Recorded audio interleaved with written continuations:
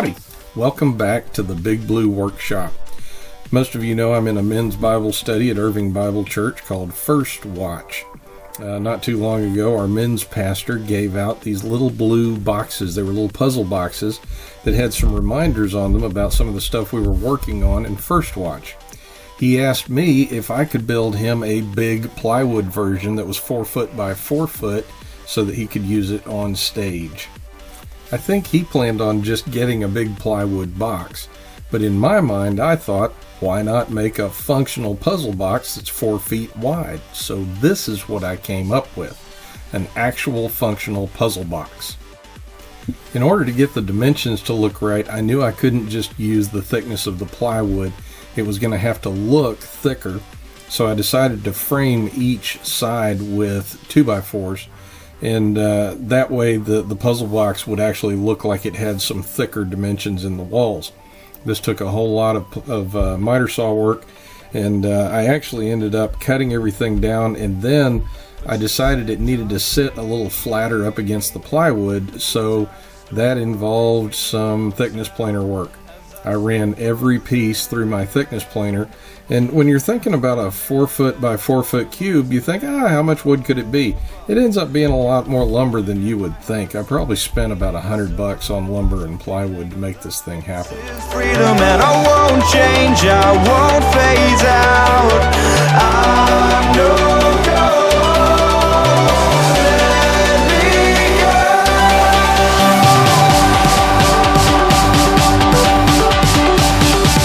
Once I got everything planed down, I started the assembly process. I laid out the boards and then put the plywood on top, not before putting a little bit of glue on each edge, and then I screwed it from the top. A couple of times the boards would get a little crooked and I'd have to do some creative clamping to make it all fit.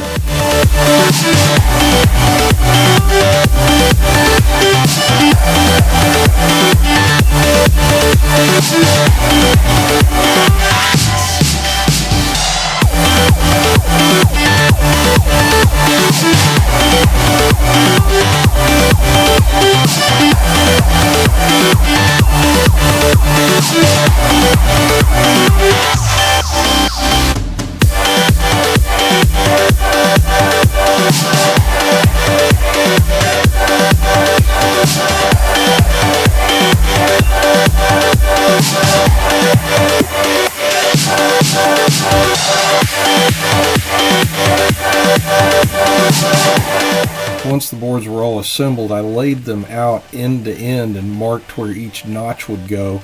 I drilled holes and then cut the notches out with a jigsaw.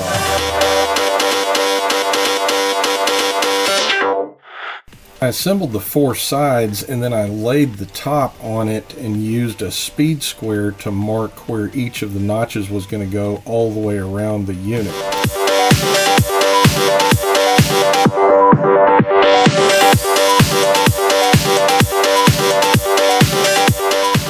Once I got it all marked off, I disassembled it again, laid it back out on the sawhorses, and cut it all to fit, then took it back to my porch and test fit it one more time.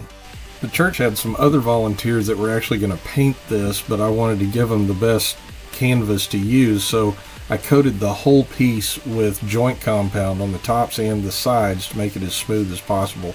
And then I sanded it down with 150 grit sandpaper.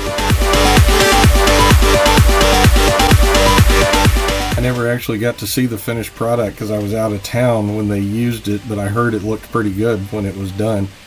When I took it to the church and delivered it, I just parked it right in front of the men's pastor's door. The guys thought it was pretty funny that I actually built a functional puzzle box. I know not everybody wants to build a giant puzzle box, but hopefully you like this video. If so, let me know. Have a great day.